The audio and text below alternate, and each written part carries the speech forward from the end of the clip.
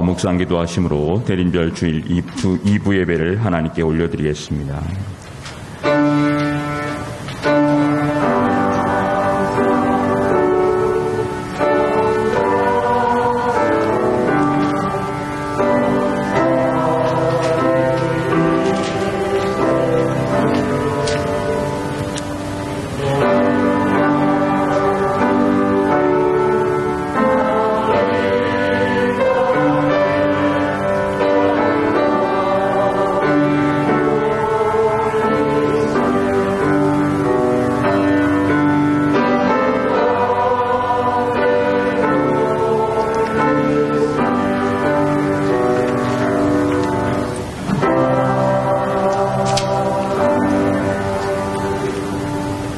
아버지께 참되게 예배하는 자들은 영과 진리로 예배할 때가 오나니 곧 이때라.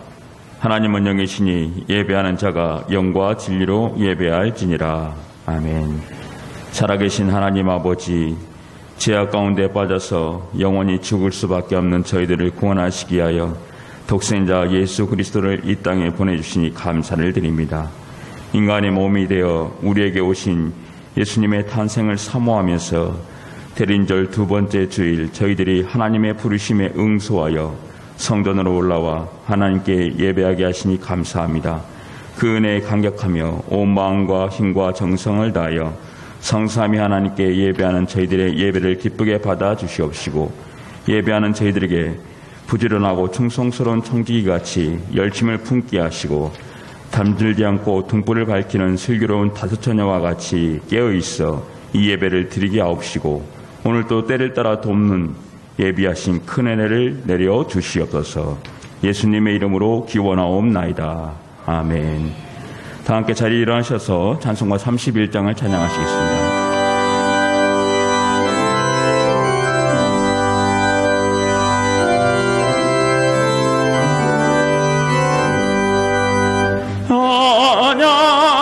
찬양하라 복되신 구세주 예수, 백성들아 사랑을 전하세. 경배하라 하늘의 천군과 천사, 주님 앞에 영광을 돌리세. 목자같이 우리를 지키시고 정의 품에 늘 안아주시니, 찬양하라 높으신 권세를 찬양, 찬양 찬양 영원히 드리세. 찬양하라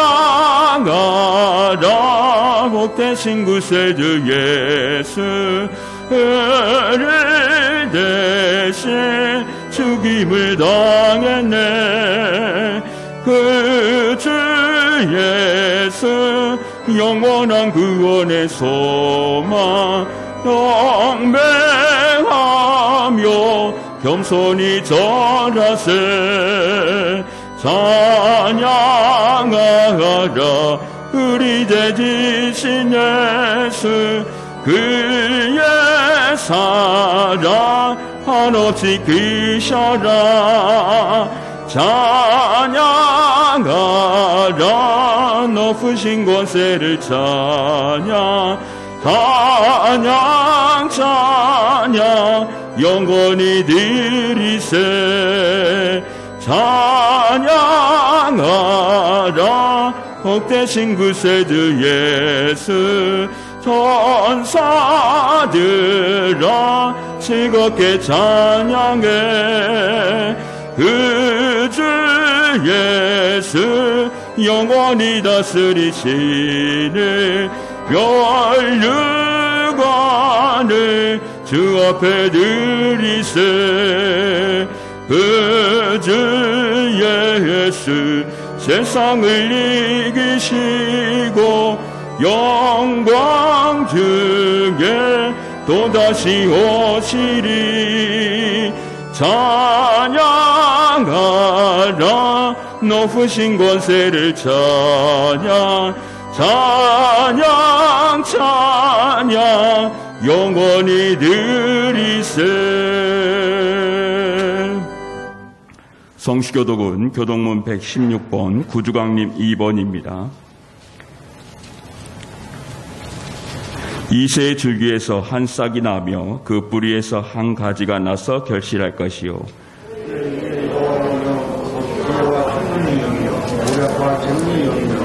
지식과 여호와를 경외하는 영이 강림하시리니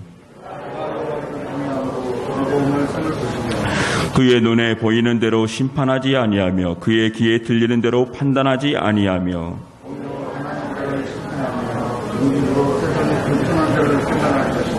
그의 입에 막대기로 세상을 치며 그의 입술의 기운으로 악인을 죽일 것이며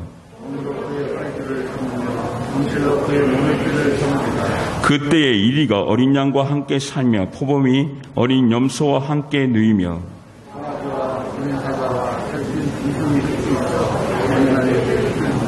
암소와 곰이 함께 먹으며 그것들의 새끼가 함께 엎드리며 사자가 소처럼 풀을 먹을 것이며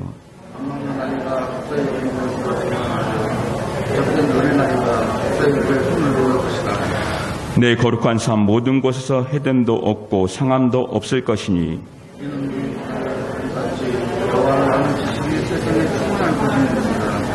그날에 이새의 뿌리에서 한 싹이 나서 만민의 기치로 설 것이요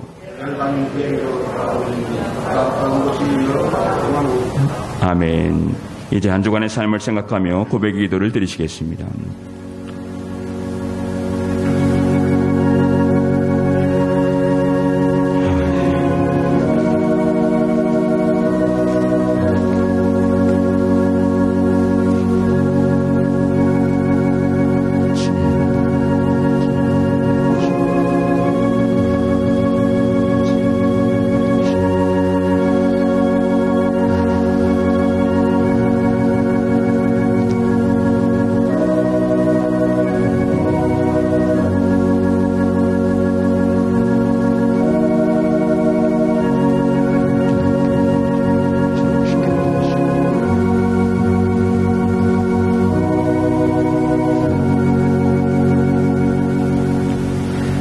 내가 이르기를 내 허물을 여호와께 자복하리라 하고 주께 내 죄를 아뢰고 내 죄악을 숨기지 아니하였더니 곧 주께서 내 죄악을 사하셨나이다. 아멘.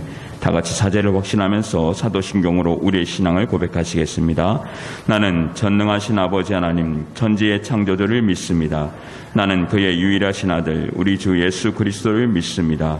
그는 성령으로 잉태되어 동정녀 마리아에게서 나시고 본디오 빌라도에게 고난을 받아 십자가에 못 박혀 죽으시고 장사된 지 사흘 만에 죽은 자 가운데서 다시 살아나셨으며 하늘에 오르시어 전능하신 아버지 하나님 우편에 앉아 계시다가 거기로부터 살아있는 자와 죽은 자를 심판하러 오십니다.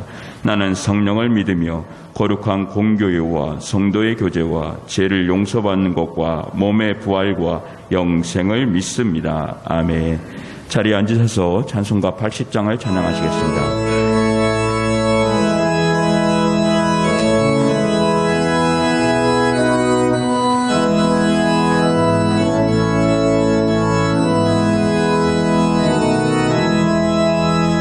천지에 있는 이름 중 기악 높은 이름 주 나시기 전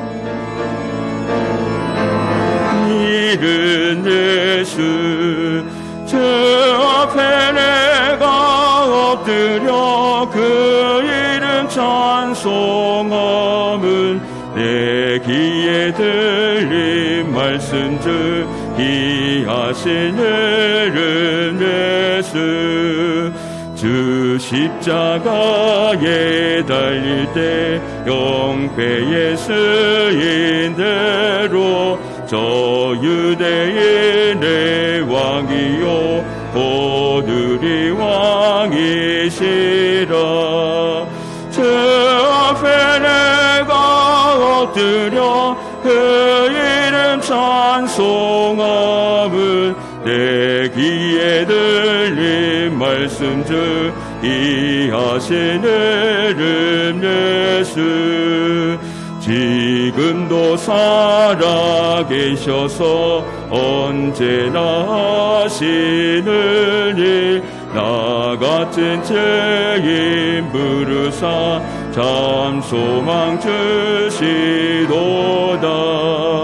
주 앞에 내가 엎드려 그 이름 찬송함을 내 귀에 들린 말씀 중 이하시는 예수. 주 예수께서 영원히 어제나 오늘이나 그 이름으로 우리에게 참 복을 내리신다. 주 앞에 내가 엎드려 그 이름 찬송함을 내 귀에 들린 말씀 중 이하시는 예수. 아멘.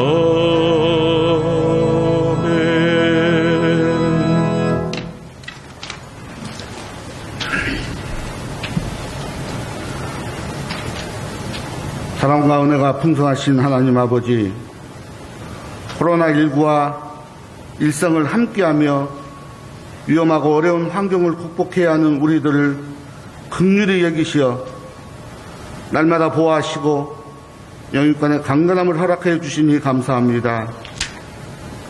다시 오실 주님을 사모하며 마음과 뜻과 정성을 다해 드리는 대강절 두 번째 주 예배를 기쁘게 받아 주옵소서. 존귀와 감사와 찬송을 올리오니 오직 주님 홀로 모든 영광을 받아 주옵소서. 죄의 고백을 드린 우리에게 사죄의 은총을 내려주신 하나님 아버지, 지속되고 있는 코로나19로 인하여 기쁨과 평안이 감소한 시대를 살고 있지만 우리의 소망 되신 예수님이 이 땅에 다시 오심을 기다리며 감사와 찬송으로 대강절을 보낼 수 있도록 우리와 함께하여 주옵소서. 이 세대를 본받지 말게 하시고 오직 마음을 새롭게 함으로 변화를 받아서 하나님의 선하시고 기뻐하시고 온전하신 뜻이 무엇인지 분별하며 살아가는 믿음의 승리자들 다 되게 하여 주옵소서. 한나라의 흥망성쇠를 주관하신 하나님 아버지, 정치, 경제, 사회 등 모든 분야에서 전반적으로 총체적 어려움을 겪고 있는 대한민국의 현실을 불쌍히 여겨 주옵소서. 모든 문제가 해결되고 새로운 도약의 발판을 마련할 수 있도록 은혜를 베풀어 주옵소서. 하나님의 뜻에 맞으며 하나님 나라 통치를 앞당기는 데 쓰임받을 지도자가 잘 선출될 수 있도록 도와주옵소서. 무엇보다도 영적 황무함에서 벗어나 하나님의 절대 통치가 이루어지는 이 땅 이 민족이 되게 하여 주옵소서. 복밀정교회를 사랑하신 하나님 아버지, 하나님의 계획하심과 섭리로 지역사회를 섬기며 세계를 품는 교회로 나가는 우리 교회에 은혜를 더하여 주옵소서. 세상의 빛과 소금의 역할을 잘 감당하게 하여 주옵소서. 선교와 전도를 통해 하나님 나라 구현하는 데 최선을 다하는 교회가 되게 하여 주옵소서. 말씀과 찬송과 기도가 충만하게 하여 주옵소서. 하나님의 임재로 교회가 더욱 부흥하고 성장하게 하여 주옵소서. 참으로 어렵고 힘든 시기에 말씀의 대언자로 하늘의 양식을 풍성하게 공급하여 주실 담임 목사님에게 성령의 기름 부음이 차고 넘치게 하여 주옵소서. 강건케 하시고 영성이 차고 넘치는 목회를 잘 감당할 수 있도록 날마다 힘과 지혜를 더하여 주옵소서. 선포되는 말씀으로 모든 심령되는 마음밭에 살아계신 하나님의 말씀이 뿌리 내려서 일용할 양식을 매일 공급받는 복된 삶을 살게 하여 주옵소서. 천하 만민의 찬양받으시기에 합당하신 하나님께 마음과 뜻과 정성을 다하여 올려드리는 할렐루야 찬양대의 찬양을 기쁘게 받아 주옵소서. 올 마지막 12월에도 또 다가올 2022년에도 우리가 기도하는 것보다 더 풍성하게 응답해 주실 우리 하나님을 찬양하오며 예수님의 이름으로 기도하옵나이다. 아멘.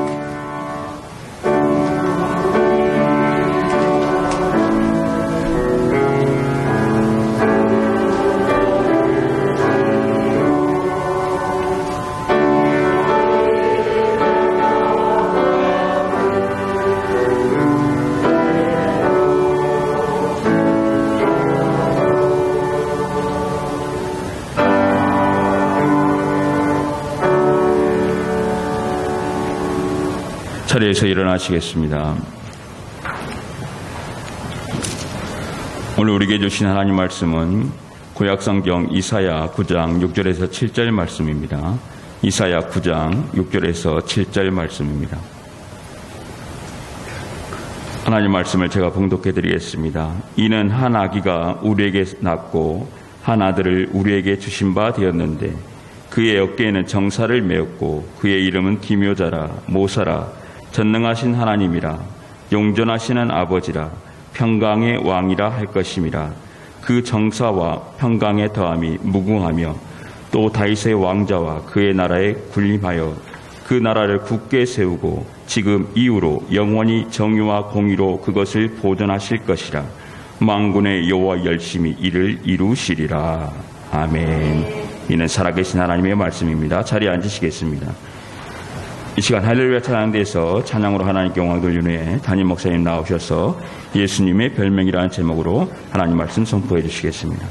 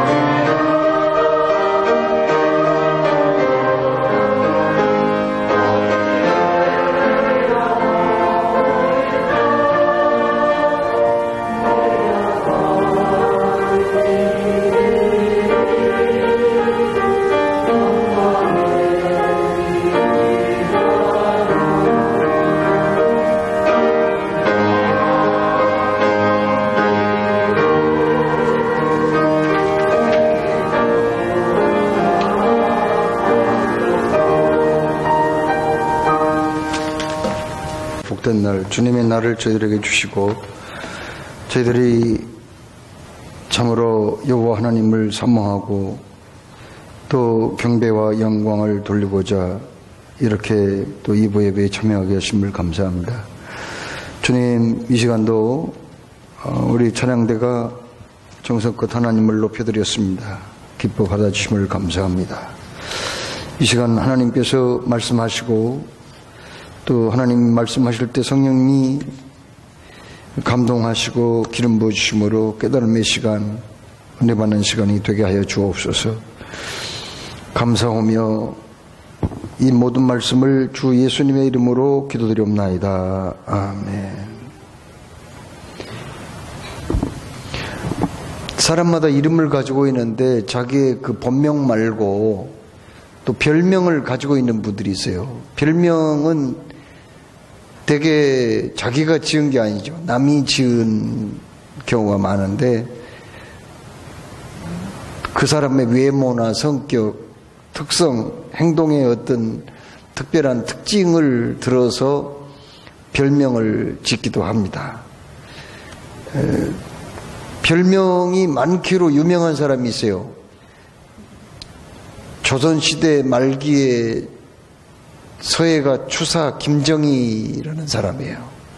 이 사람은 별명이 한 500가지 됐다고 그래요. 무슨 별명을 그렇게도 많이 지었는지 모르겠어요. 그도 그럴 것이 그가 워낙 유명한 사람이라서 그는 서예가로서 유명했을 뿐만 아니라 그림을 잘 그린 화가였고 글도 잘 쓰고 그리고 이 사람은 실학이라고 실생활에 필요한 학문 실학학자거든요. 그래서 그 조선시대에 참 조선 말기에 굉장히 유명한 사람입니다. 그러다 보니 별명도 많이 있었던 거 봅니다. 어렸을 적에 저도 별명을 가지고 있었어요. 아이들이 한때 저한테 유쟁이 영감이라고 불렀어요. 참. 근데 유쟁이 영감이라는 분은 실존하는 인물이었거든요. 언젠가 우리 동네에 어디서 봤는지는 모르겠어요. 60이 채 좀 못된 분이었는데 아주 기골이 장대하고요. 그냥 힘이 센 분이었는데 이분이 그 동네 안쪽에 그 산속에서 움막을 쳐놓고 살더라고요. 뭐 농토도 없고 움막 쳐놓고 사니까 남의 집에 그 허드렛 일을 해주고 품삯을 받기도 하고 때로는 구걸도 해서 연명을 하는 그런 분이었어요. 참 어찌 보면 불쌍한 사람이었어요. 그렇게 신체적인 조건은 좋은데 그 움막 쳐놓고 그렇게 살더라고요. 동네에서. 근데 나는 그분하고 어렸을 적에 무슨 공통된 점이 전혀 없었거든요. 근데 왜 유쟁이 영감이라고 불렀을까? 아마 좋지 않게 나를 기분 나쁘게 해주려고 그래서 그랬던 것 같아요. 제가 그 딱지치기를 잘했어요. 그래서 동네에서 딱지치기 하면 내가 다 따먹어버렸거든요. 그리고 그 어렸을 적에 제가 좀 막 이렇게 그 우리 할아버지가 옛날에 씨름 선수였어요. 그래가지고 황소도 타고 그랬거든요. 그 영향을 받았는데 저도 좀 꽤 씨름을 잘했어요. 그래서 막 그냥 나를 넘어뜨린 사람 별로 없었어요. 그런 것 때문에 아무튼 싫어서 그랬는지 나는 유쟁이 영감이라고 붙여놔가지고 아주 그냥 그 별명이 너무 싫더라고요. 별명은요, 긍정적인 측면에서 붙여놓은 별명도 있고 부정적인 측면에서 붙여놓은 별명도 있죠. 그러니까 그 사람이 잘하는 것을 더 돋보이게 하려고 별명을 붙이는 경우도 있고요. 그 사람 비꼬고 기분 나쁘게 만들려고 그 사람의 어떤 약점을 드러내려고 붙여놓은 별명도 있거든요. 그런데 놀라운 사실은 예수님에게도 별명이 있었다는 거, 이걸 우리에게 하나님은 말씀하세요. 이사야 말씀을 오늘 우리가 봉독했는데 이사야 말씀은 이사야 선지자가 예수님이 이 땅에 오시기 700년 전에, 약 700년 전에 예언한 말씀을 기록한 거거든요. 이사야 선지자는 예수님의 별명을 얘기를 한 거예요. 예수님이 별명이 있었다. 그런데 이 별명은 그냥 뭐 일반 사람들이 붙여놓은 별명이 아니라 이것은 사실 하나님이 붙여놓은 별명이에요. 왜 이 별명을 지어놓았을까? 예수님한테. 이 예수님의 별명은 예수님이 어떤 분인가를 우리에게 가르쳐주기 위한 목적이 있었고, 또 한 가지는 그 별명을 가진 예수님이 우리와 어떤 관계가 있는가, 우리를 위해서 해주신 일은 뭔가, 이걸 얘기해주고 싶어서 오늘 여기 성경에 예수님의 별명을 말씀하고 계십니다. 자, 그러면 예수님의 별명은 뭐였나요? 첫째로 기묘자라고 말씀했어요. 기묘자는 말은요, 참 이상야릇하다, 그리고 불가사의하다, 참 묘하다, 알다가도 모르겠다, 그런 뜻이에요. 예수님은 알다가도 모를 분이란 말이에요. 기묘하신 분이에요. 참 불가사의한 분이라는 거예요. 예수님은 그런 뜻이에요. 불가사의한. 자, 여러분, 예수님의 탄생부터가 불가사의예요. 예수님은 남자를 알지 못한 처녀 마리아의 몸에 잉태를 하셨거든요. 그것부터가 불가사의하잖아요. 세상에 무슨 그런 일이 있겠어요. 이건 도저히 이해가 할 수 없는 거예요.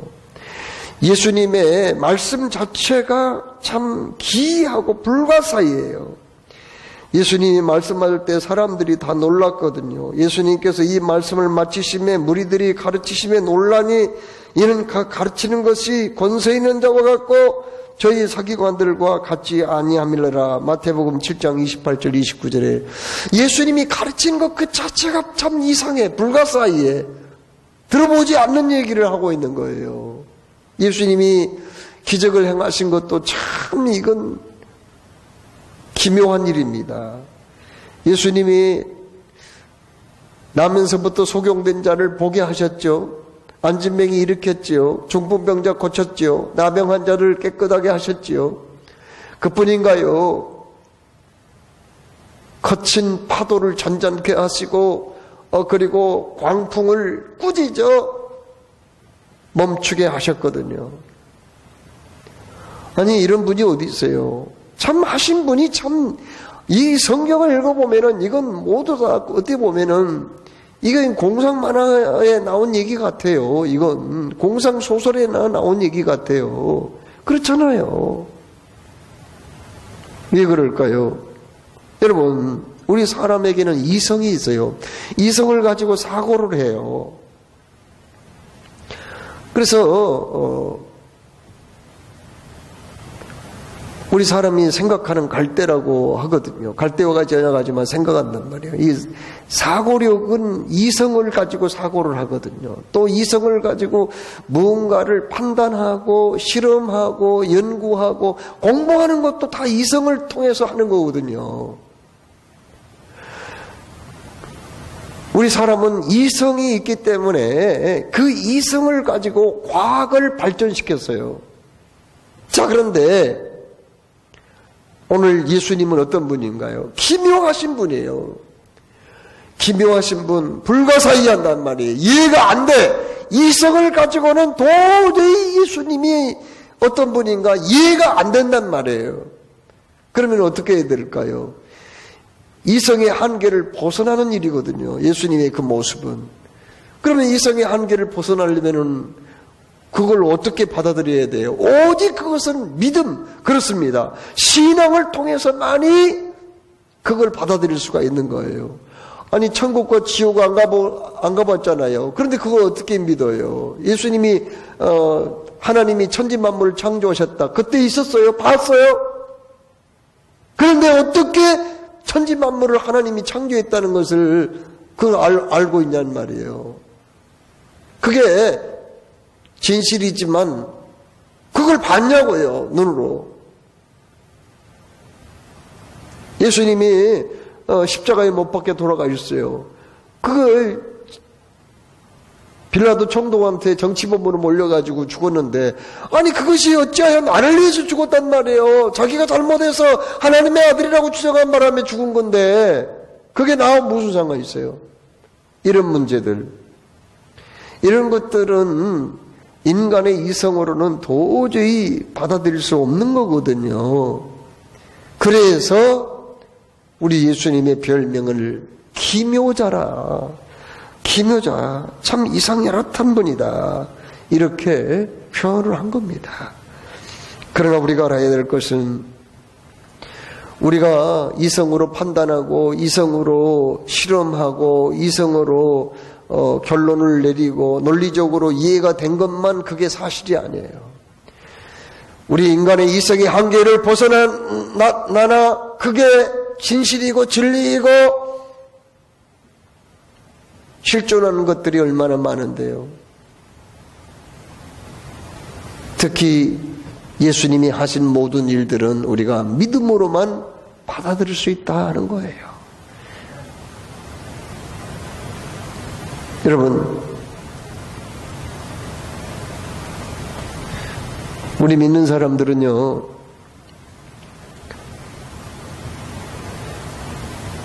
가끔 체험들을 합니다. 그러니까 그 체험들은 되게 어떤 체험인가? 하나님의 그 살아계심을 체험하는데, 그 체험들은 우리 사람의 머리로 이해가 안 되는 그런 일들을 경험을 하는 거지요. 논리적으로 생각하면은, 이성적으로 생각하면 이게 도저히 앞뒤가 안 맞는 일인데 그 일들이 나에게 일어났다는 거죠. 이게 신앙의 간증이며 체험이 아니겠어요? 사실 어떤 면으로 보면은 우리 예수 믿는 사람들은요, 이런 체험이 좀 있어야 돼요. 그렇잖아요. 도저히 인간적인 판단으로는 일어나지 않을 일을 하나님이 역사하시고 하나님이 일어나게 했다는 거 아니에요? 이런 체험들이 있어야 된다고요. 그래서 오늘 하나님께서는 예수님의 별명을 기묘자라 그렇습니다. 기묘하신 분이라는 거예요. 참으로 경이로운 분이라는 겁니다. 이해할 수 없는 분이라는 거예요. 아주 놀라운 분이라는 거예요. 그분의 십자가의 죽음이 놀랍고 그분의 부활이 놀랍고 그리고 구름 타고 승천하신 일도 놀라운 일이고 하늘 보좌 우편에 앉으신 일들 그리고 나를 데리러 이 땅에 오신다는 것, 그것이 역사 속에서 현실 속에서 일어날 일인데, 그러나 인간적인 경험과 지식 가지고는 그게 이해가 안 돼. 그러나 우리가 믿음으로 그것을 받아들이고 기묘하신 우리 예수님을 나의 주님으로 모셔드리는 여러분 되시기를 주의 이름으로 축원합니다. 두 번째 별명이 있는데 예수님의 별명은 모사라는 거예요. 모사가 뭘까요? 이 번역상 좀 더 쉬운 말로 번역했으면 좋으련만 영어 성경을 보면은 그 모사라는 말을 카운셀러라고 번역을 해놨어요. 더 쉽잖아요. 카운셀러는 그건 상담자라는 말 아니에요. 상담자. 우리 예수님은 상담자라는 거예요. 오늘날 이 세상 살다 보면은요, 근심 걱정 얼마나 많은지 몰라요. 불안한 일도 생기고 때로는 답답한 일도 생기고 위기를 만나서 이 일을 어떻게 할까 하고 잠 못 이룰 때도 없잖아 있습니다. 여러분, 이 세상에 참 문제없는 사람이 있을까요? 때로는 건강의 문제도 생기고요. 때로는 생각지도 않는 어떤 일로 인간관계가 꼬여가지고 또 이렇게 서로 오해를 하고 미워하고 또 나를 괴롭히고 안 좋게 하는 사람들도 생겨나고요. 또 살다 보면은 경제적으로 어려움을 당할 때도 있어요. 참 우리 어떤 분은 아니 그냥 어떻게 그냥 세워놓은 외제차에 차 대다가 그냥 그 접촉사고가 일어났어요. 외제차, 비싼 차. 그래가지고 얼마를 물어줬느냐? 7천만 원을 물어줬대요. 아, 세상에 참 그런 일도 있더라고요. 그분이 얼마나 괴로웠는지 몰라. 그 부부가. 아니, 근데 살짝 그냥 긁혔는데, 와, 요 세상에 그 얼마나 비싼 차인지 그렇게 물어줬다고 하더라고요. 야, 참, 얼마나 괴로울 일이에요. 살다 보면은, 여러 가지 일들이 많이 있어요. 그래서, 살맛 도 나지 않고 말이야, 때로는 죽고 싶은 마음도 드는 경우도 없잖아 있습니다. 이럴 때 누군가에게 내 사정을 다 토로하고 어떤 해결책을 찾아야 되겠는데, 사실 사람들에게 잘못 또 얘기했다가는 헛소문이 퍼져나갈 수도 있는 거고 내 상처가 더 커질 수도 있거든요. 욥의 친구들이 욥을 위로한다고 왔지만은 그들이 더 욥에게 상처를 주었던 것처럼 말이에요. 그때 우리 주님은 말씀해요. 나는 너의 상담자가 되고 싶다. 그렇게 말씀하세요. 뭐라고 주님이 말씀합니까? 내가 너희를 고아와 같이 버려두지 아니하고 너희에게로 오리라고 이렇게 말씀하시면서 뭐라고 말씀하십니까? 주님은 이렇게 말씀합니다. 보혜사 곧 아버지께서 내 이름으로 보내실 성령, 그가 너희에게 모든 것을 가르치고 내가 너희에게 말한 모든 것을 생각나게 하리라. 아멘. 이렇게 우리 주님이 말씀해요. 우리 주님은 우리의 상담자가 되시기로 한단 말이에요. 그래서 성령을 보내주셨어요. 성령은 예수의 영이에요.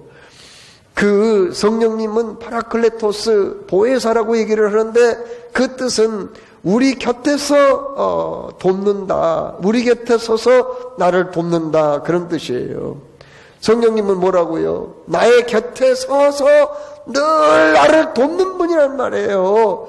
그분에게 우리 사람한테 하소연하는 것도 중요하겠지만은, 사람하고 상담하는 것도 중요하겠지만은, 그보다 더 먼저 상담자이신 우리 주님께 내 사정을 다 아뢰고 또 다 털어놓을 때 주님은 좋은 생각을 우리에게 주시고 해결책을 주시고 선한 길로 복된 길로 좋은 길로 인도해 주실 줄로 믿으시길 주의 이름으로 축원합니다.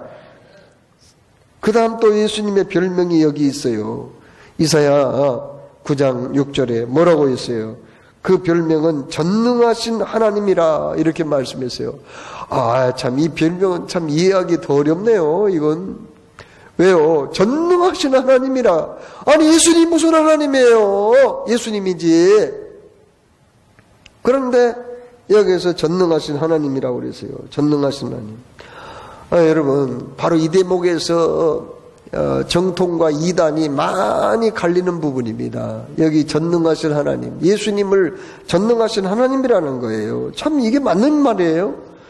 이 전능하신 하나님이란 말은요, 예수님의 신성을 인정하는 거죠. 예수님을 성부, 성자, 성령 하나님, 삼위일체 하나님 중에서 성자 하나님이시라는 그런 말씀이거든요.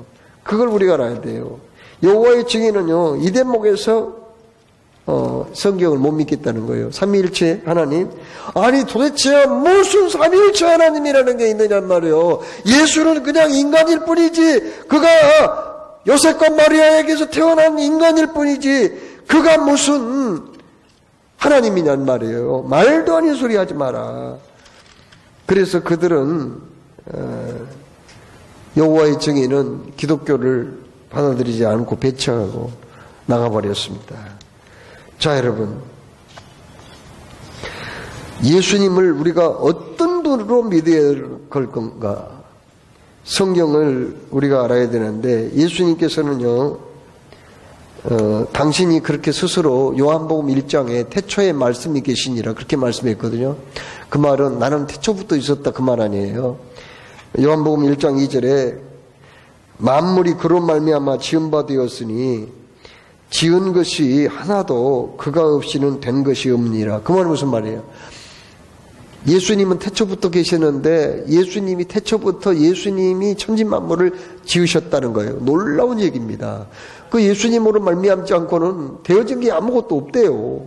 그건 뭘 말해요? 예수님은 영원 전부터 살아계신 분이고, 그리고 그분은 어떤 분이에요? 그분은 참으로 전능하신 하나님이시다는 거예요. 전능하신 모든 것을 하실 수 있는 하나님이셨다. 그래서 천지만물 창조하시고 지금도 우주 만물을 통치하고 다스리고 계신 분이다 하는 말씀입니다.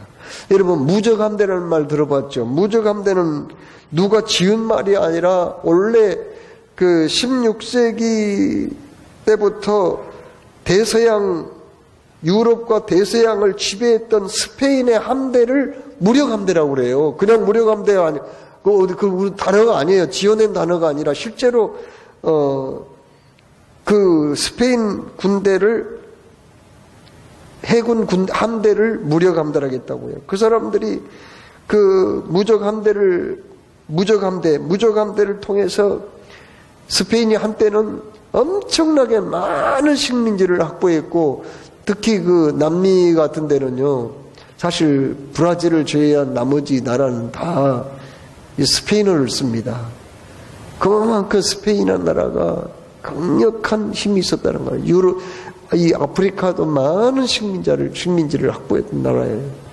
그런데 그 무적함대, 스페인의 무적함대가 영국의 해적 출신인 드레이크라는 사람이 이끄는 함대에게 패하고 말아요.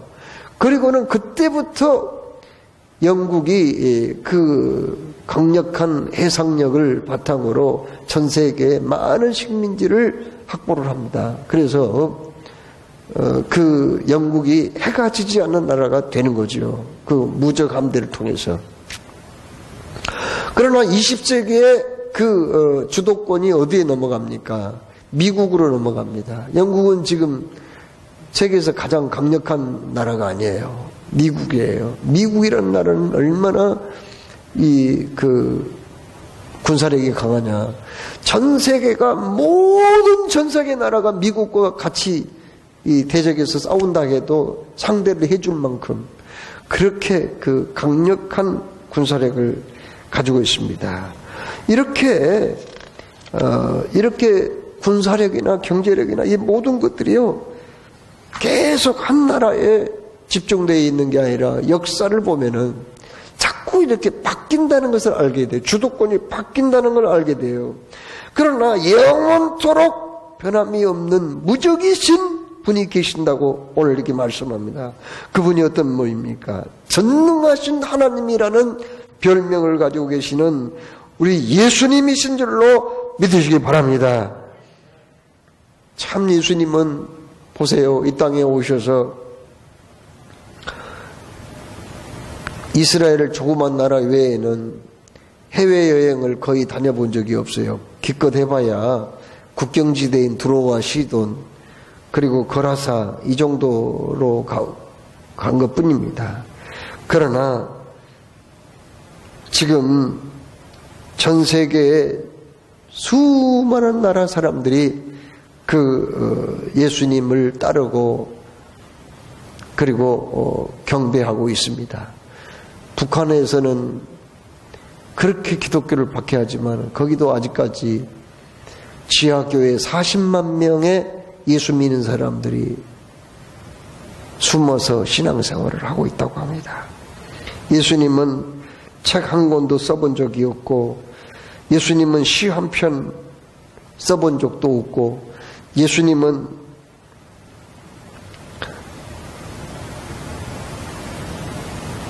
음악 한 곡 작곡한 적도 없지만 전 세계의 도서관의 절반 정도는 직간접적으로 예수님에 관한 책들이라고 합니다. 그리고 역사적으로 가장 훌륭했던 베토벤이나 슈베르트, 모차르트, 핸델, 바하, 하이든 같은 그런 위대한 작곡가들은 아주 그냥 독실한 그리스도인들이어가지고 예수님을 찬양하는 곡들을 엄청나게 많이 작곡했으며 전 세계에 노벨 문학상을 받은 작품 중에는 많은 작품이 그 성경에서 영감을 받아서 지어낸 작품이라는 걸 우리는 상식적으로 알고 있습니다. 예수님은 집 한 채 지어본 적이 없지만은 예수님은 뭐 특별히 그 위대한 뭐 그 엄청난 건물을 지었다는 그런 성경의 기록도 없지만은, 물론 목소이기는 했지만, 그러나 전 세계에 그 예수님을 예배하기 위해서 얼마나 많은 교회당이 지어졌습니까?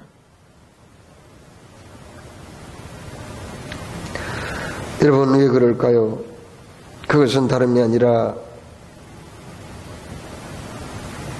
예수님은 살아계신 하나님이시고 하나님의 아들 구세주이시며 우리의 희망이시고 산성이 되시며 해답이시기 때문인 줄로 믿습니다. 전능하신 하나님이라. 성경에 그것은 분명히 말씀을 하셨어요. 전능하신 하나님이시라. 그렇습니다. 예수님은 성자 하나님이시라는 것, 그것을 오늘 말씀하셨으니, 마태복음 11장 28절에 수고하고 무거운 짐진 자들아 다 내게로 오라.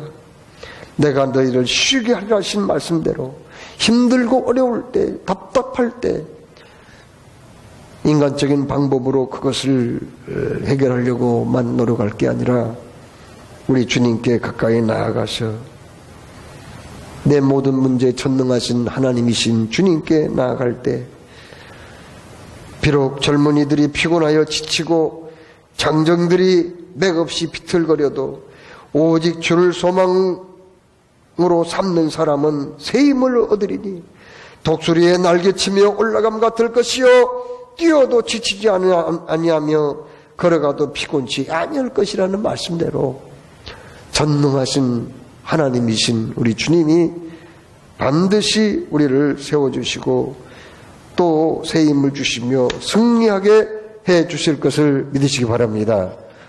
그 다음에 또 별명이 있어요. 영존하시는 아버지라고 그랬어요. 이 말도 참 이해하기 어려운 말입니다. 영존한다는 말은 무슨 말이에요? 영존한다는 말은 영원히 계속된다는 그런 뜻이고요. 여기 아버지라는 말은 무슨 뜻일까요? 예수님을 아버지라고 했다. 이건 무슨 뜻일까? 아버지의 부성애를 가지고 있다. 그 말입니다. 특별히 이스라엘 사람들은요, 아버지로서의 부성애를 가지고 있어요. 그래서 부성애가 아주 강한 민족입니다. 어렸을 적부터 그래서 그 자식하고 아버지는 격이 없어요. 이스라엘 사람들은. 그래서 그 사람들이 늘 아버지하고 대화를 한다는 거예요.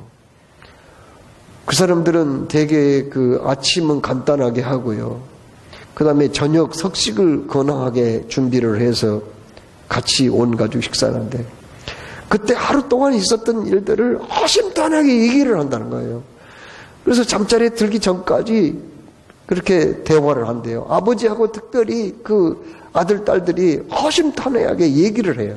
아주 토론 문화가 발달했어요.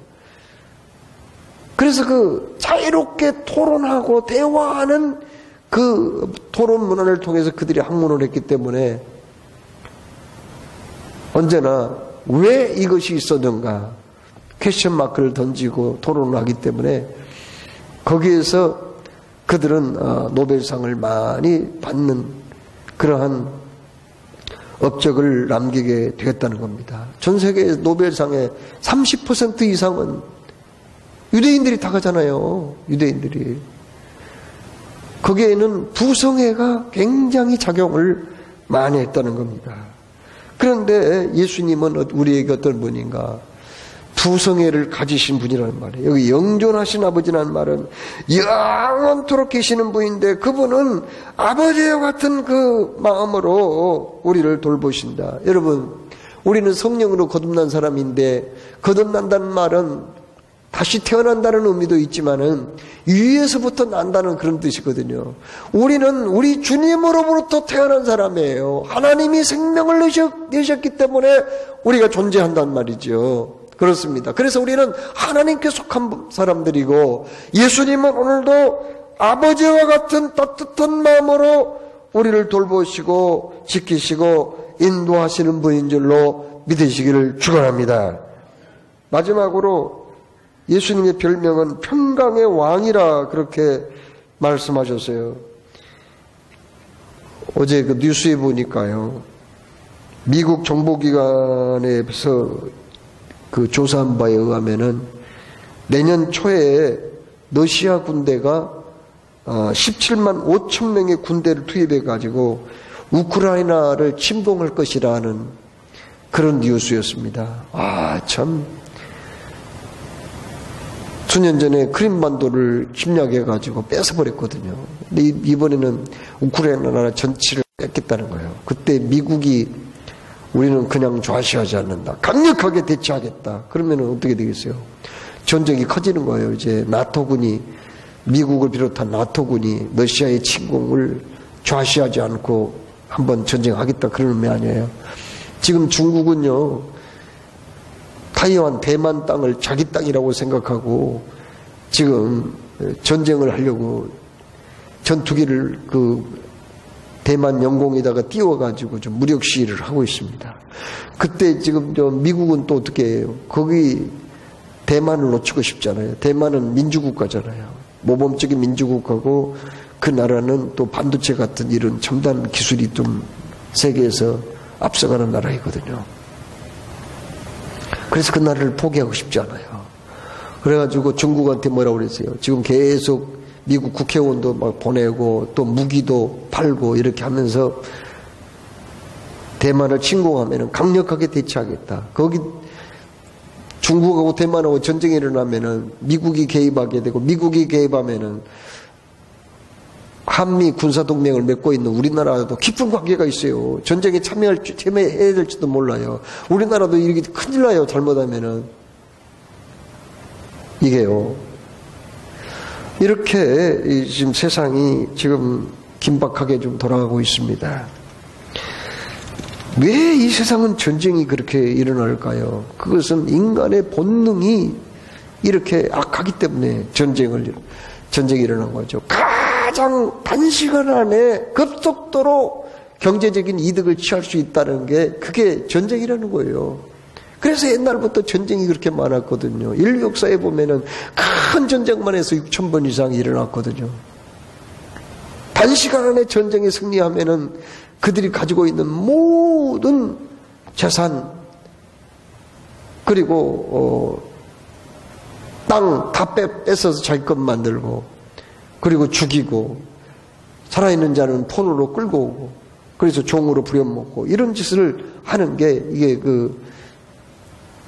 호전적인 국가들의 행태거든요. 그러면 전쟁은 어떻게 해서 우리가 전쟁을 막아야 될까요? 그것은 다름이 아니라 오늘 여기 전쟁의 반대말은 평강이거든요. 예수님은 평강의 왕이라고 그랬거든요. 예수님을 모셔드리고 그 예수님으로 하여금 다스리게 할 때 그때만이 평강이 찾아오는 거죠. 그렇습니다. 다른 방법은 없어요. 인간의 그 악한 본성, 그걸 타파하고 평강의 왕이신 주님을 모셔드려야 하는 거죠. 1870년에 프랑스와 독일이 치열한 전쟁을 했습니다. 그런데 전쟁하다 보니까 시간 가는 줄도 몰랐는데 어느덧 성탄절이 다가오게 된 거예요. 그런데 전쟁을 하다가 밤이 되었어요. 잠시 총성이 멈췄는데 그때 성탄절 이브라는 것을 군인들이 알고 그중에 프랑스군의 참호에서 한 병사가 벌떡 일어나가지고 총과 칼을 내려놓고 그냥 아름다운 테너 목소리로 하늘을 향하여 감격의 찬송을 불렀어요. 그 찬송은 오 거룩한 밤 별들 반짝일 때 거룩한 주 탄생한 밤일세, 이 찬송 있잖아요. 그 찬송을 멋지게 부르니까요. 조용한 밤에 이쪽 프랑스 군대 참호에서도 다 듣고 있었고 저 건너편에 있었던 독일 군인들도 그 찬송 소리를 듣고 있었던 거예요. 성탄절 찬송을 울려 퍼질 때 독일 군대 참호에서도 찬송 소리가 불렀어요. 노엘 노엘 노엘 노엘, 이스라엘 왕이 나셨네, 이런 찬송을 불렀어요. 두 나라 다 예수 믿는 나라였거든요. 두 나라 다 찬송을 알고 있었어요. 그래서 어떻게 됐나요? 긴급하게 양쪽 군대가 휴전을 선언했다는 거예요. 전쟁을 쉬자. 성탄절이지 않느냐. 평강의 왕, 그렇습니다. 그분이 지배할 때 그때의 전쟁의 반대말, 진정한 평화가 찾아오게 되어 있다 하는 말씀입니다. 우리는 지금 예수님의 오심을 기다리는 강림절을 맞고 있습니다. 강림절에 주님은 우리 예수님의 그 별명을 우리에게 가르쳐 주셨어요. 그 별명은 그냥 별명이 아니라 예수님이 어떤 분이며 그분이 나에게 어떤 일을 지금 하고 계신가, 이것을 깨우쳐 주기 위함입니다. 예수님의 별명은 기묘자입니다. 모사입니다. 전능하신 하나님입니다. 영존하신 아버지입니다. 평강의 왕이십니다. 기도하겠습니다. 사랑의 주님, 오늘도 말씀 주셨습니다. 주신 말씀 새기며 우리가 성탄절을 기다리면서 이 강림절을 뜻깊게 보내게 하여 주옵소서. 주 예수님의 이름으로 기도드리옵나이다. 아멘.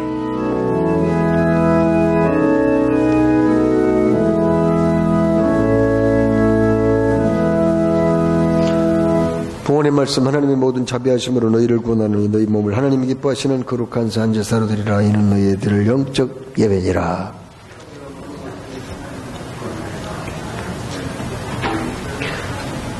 카드를 좀 꺼내시고 이 작정을 하시도록 하겠습니다. 우리가 항상 매년 하는 건데요, 우리 선교 예산을 세우기 위해서 이걸 작정을 합니다.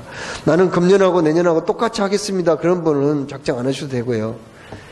그리고 나는 새롭게 작정을 하겠습니다. 안 했다가 내가 내년부터는 새롭게 선교공금에 참여하겠습니다. 라든지 아니면은 내가 내년에는 조금 더 힘을 내서 하겠습니다. 이런 분은 거기다가 이름을 쓰시고 목장 쓰시고 전화번호를 쓰시고 작정 카드에 표시를 하셔서 헌금 드릴 때 같이 드리도록 하겠습니다.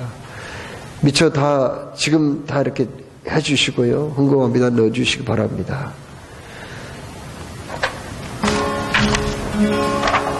한순간도 견디기가 너무나 힘이 들어요. 한치 앞도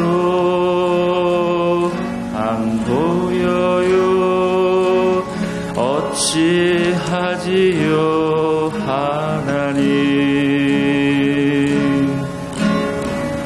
믿음 하나 붙잡고 여기까지 왔어요.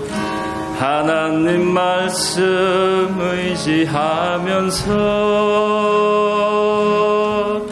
기도하며 은혜로 여기까지 왔어요. 그런데 너무 지쳐요. 왜 이렇게 참아내기 힘이 드는지 몰라요.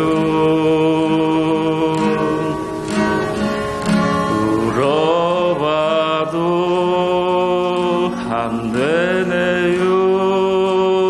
도와주세요 하나님. 하루하루 사는 것이 너무 힘들지 내 딸아. 지금까지 잘 견뎠다. 잘 참았다 내 딸아. 믿음 하나 붙잡고 여기까지 온 너를 내가 어찌 잊을 수 있겠니. 기도하며 은혜로 여기까지 온 너를 기억하고 있단다. 조금만 더 견디거라. 참고 살아라 내 딸아. 조금만 더 기다려라. 사랑한다 내 딸아.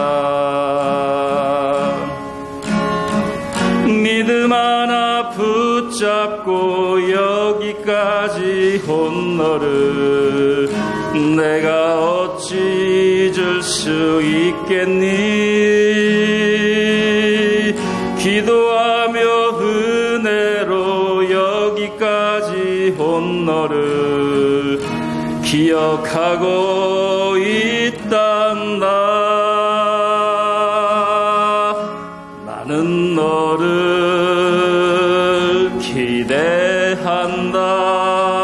이겨낼 줄로 믿는다. 사랑으로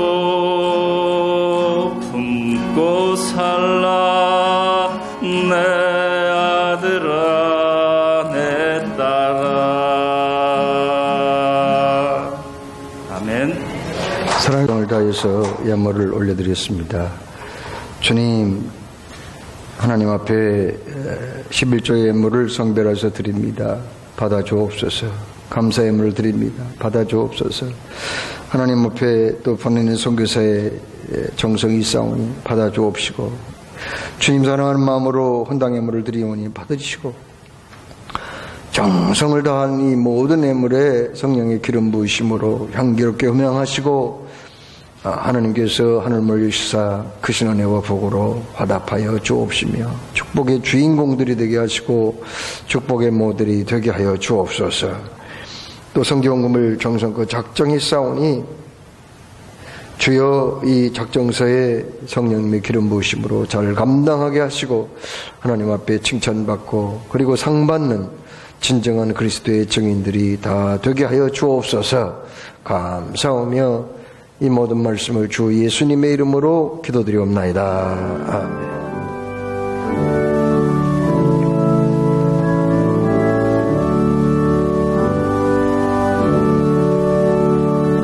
성경금 미처 쓰시지 못한 분들은 쓰셔가지고 가실 때 거기 부목사님께 드리시면 되겠습니다. 자리에서 다 일어나셔서 95장을 찬송하겠습니다.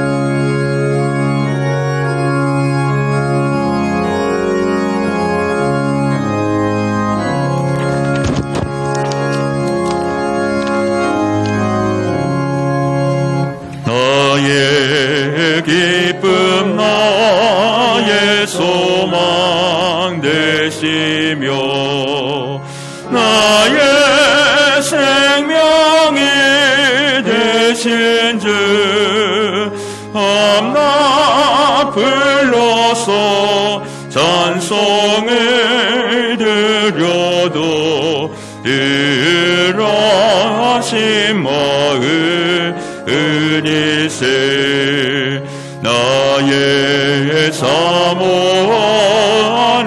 떠난 목자는 어느 꽃다운 동산에 양의 무리와 함께 가셔서 기쁨을 함께 하실까. 길도 없이 거친 넓은 들에서 알게와 찾아 애쓰며 이래저리로 헤매는 내 모양 서원 스스로 하도다. 주의 자비로 꼬아 펴한 얼굴 어느 섬기며 주의 놀라운 진리의 말씀에 선지가 와닿아도다. 나의 진정 사모하는 예수님 음성조차도 반갑고 나의 생명과 나의 참 소망은 오직 주 예수 은일세. 아멘. 예결선 조직회가 다음 주에 있습니다. 기부금 영수증은 사무실에서 혹은 홈페이지를 통해서 발부받을 수 있습니다. 달력이 나왔습니다. 그리고 이번 주에 장재수 권사님의 딸 지영양의 결혼식이 토요일 11시에 있습니다. 기도하겠습니다.